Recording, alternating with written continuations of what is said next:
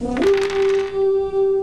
everybody, Rick here with Game Trade Media. We are here at PAX Unplugged, the inaugural event. Yeah. And we've got Randy from Steve Jackson Games here to talk to us about a really cool game. I mean, when you think Steve Jackson Games, you can think Car Wars, you can think Ogre, you can think of all these other amazing games, but the one game that once mentioned it, everybody knows that's Steve Jackson Games, and that's Munchkin.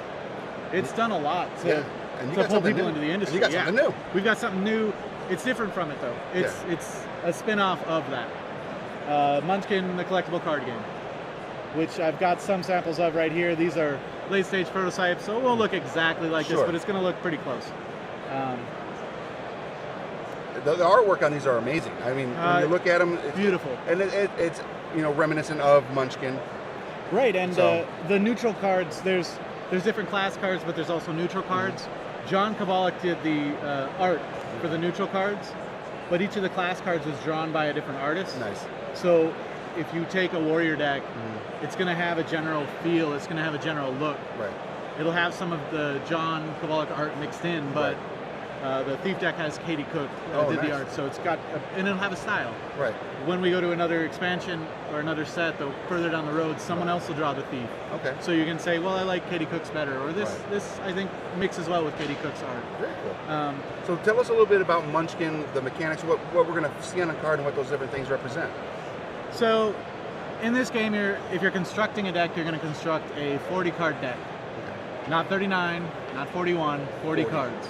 You will also have one hero card that does not mix in. Okay, and we have a couple of those here. We got a couple of them here. There are 6 heroes that it can come off of to start with. The warrior centaur, the centaur warrior, and the dwarf cleric are just 2 of them. Right. All of the cards in the dwarf cleric deck are going to be either cleric cards or neutral cards. Okay. That's the rule on building a deck. Okay.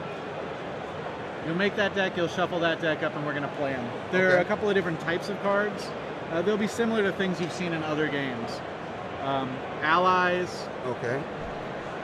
loot, monsters, let's get some mischief, and locations. I'm going to dig through some of this other stuff I've got. Okay. So I have right here, what is this, an ally card? So that's an ally. All right. Now, besides saying ally on there, this represents like a creature card type version?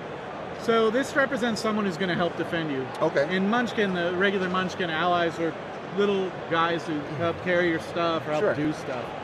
In the Munchkin collectible card game, the allies are going to jump in the way of horrific monsters. Right. And jump is a big term. You're going to push them in the way of horrific things that are coming at you so that they take the damage instead of you. Right. They also often have other abilities that are really going to help you out. Right. Allies, let's talk about the attack, the monster mechanic in this. Okay. You don't attack with a monster. In this game, I'll put out a face down card and an amount of gold next to it, and I'll tell you it's a monster. You're going to decide whether you believe me or not. Right. Part of that is saying, well, I believe you, so I'm going to put this ally in the way to stop it.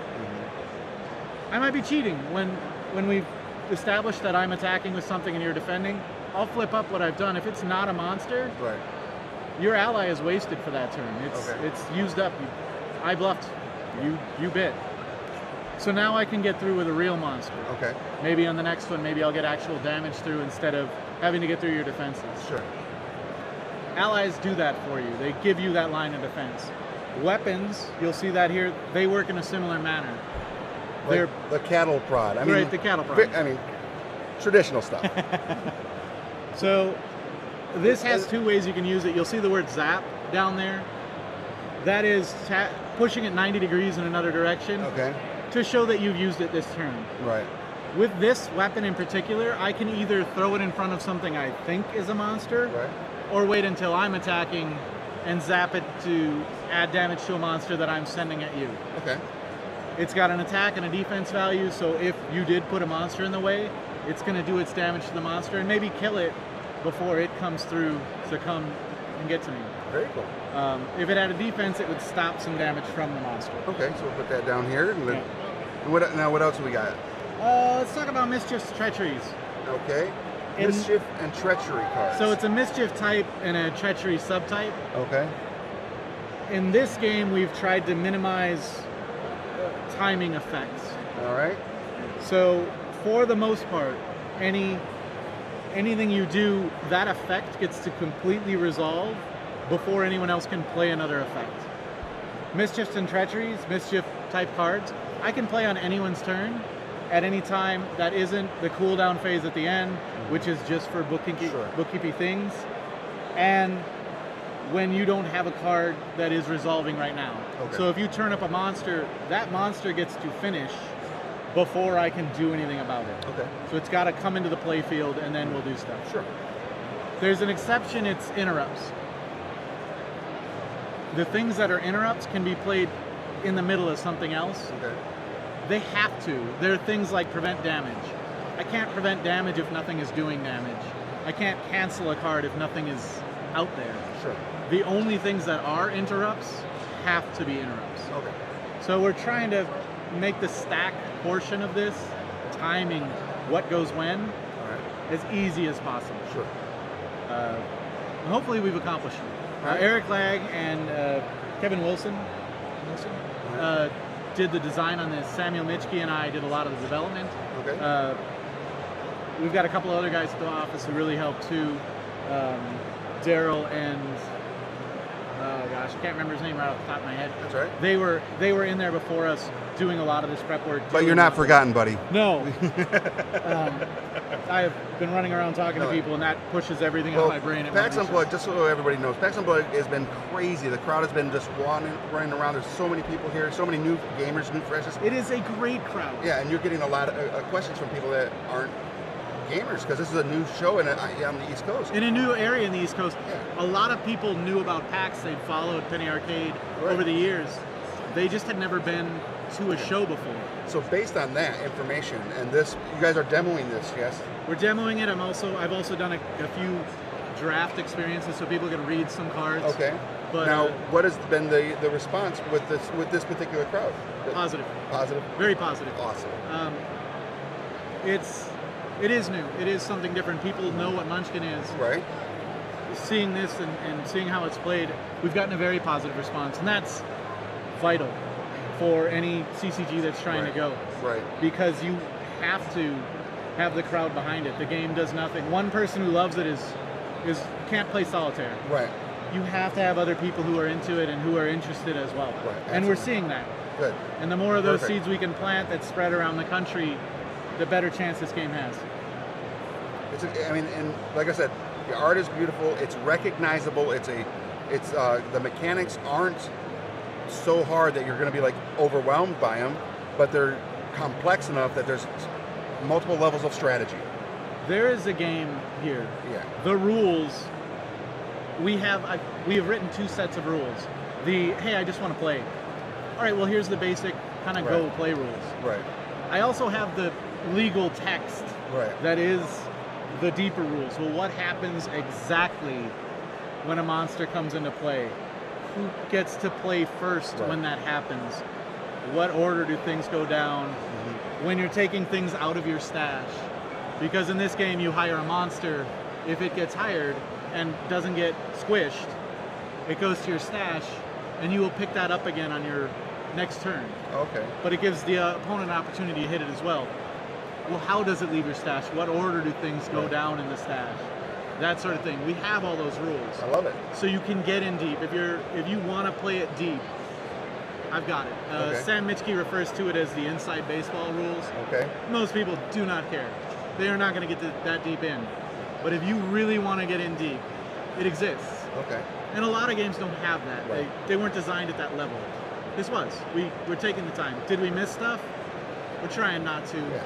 Somebody's going to find something. I didn't think of. The gamers out there want to break a game. They're going to find it. But when they do, that just means, we can add something new, something different to fix it. Got to be alive. Yeah. You have to admit it. Yeah. Yep, we missed that. Yeah. Didn't see it. Haven't come up in playtesting. Let's take care of it. Yeah. What would make sense? What keeps the game flowing and fun and doesn't bring everything to a screeching halt? Not everybody can think of a game like a lawyer does. Right. We have to make it so you can think of it like a gamer. You can think of it like someone just trying to have a good time. Right. But the lawyers have to know what happens next. Right, they do. They have to. It's so Otherwise, good. the tournament falls apart. So if someone here at PAX is watching or watching us this evening and haven't been by the Steve Jackson Game booth, where is that? And where can they find you guys and play it all? The booth? Yeah. It's kind of a big hall. You can point, it's over there. It's that way. You guys can see it. It's right over there. It's over there. We're next to the guys selling the coins. It's in booth 932. Thank goodness. People have asked me, Right. and There they are. I've been standing in the booth saying, "Oh, we're right here." And we're here. We're literally in this booth. Our social media guy probably would have been able to tell you as well. That's all right. 932? 932. Perfect. So if you're here and you haven't been by the Steve Jackson Games booth, check it out, booth 932.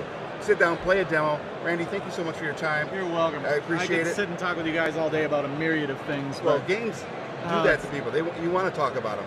And, Yeah. But speaking of games and things that can be played on, let's talk about this amazing table. Thank you to Carolina Game Tables for letting us use this all weekend long. This is their streamer, which you can find out all the cool information about it on their website, on their Facebook page. Go check them out. And again, thank you to Carolina Game Tables. Also, it's nice. where is my card? It's over there. Yep, sorry guys. Yay! All right, so last thing we got here, we've got this awesome prize pack we're giving away this weekend. We'll announce the winner on Wednesday, but if you come by the booth here at 203, Game Trade Media Magazine, you can pick up the card. It's got a QR code, it's got a URL there if you don't want to QR it. It takes you to a page that has all these things you have to do.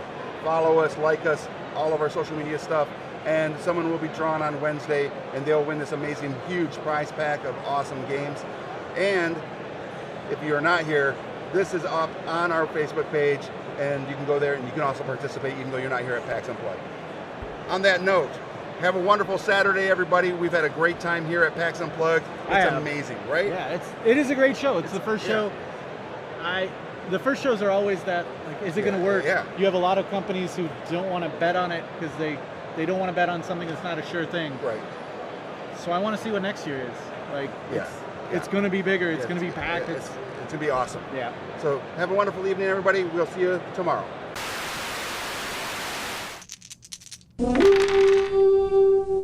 Don't forget to subscribe to Game Trade Media, leave a like, and comment on what videos you'd like to see next.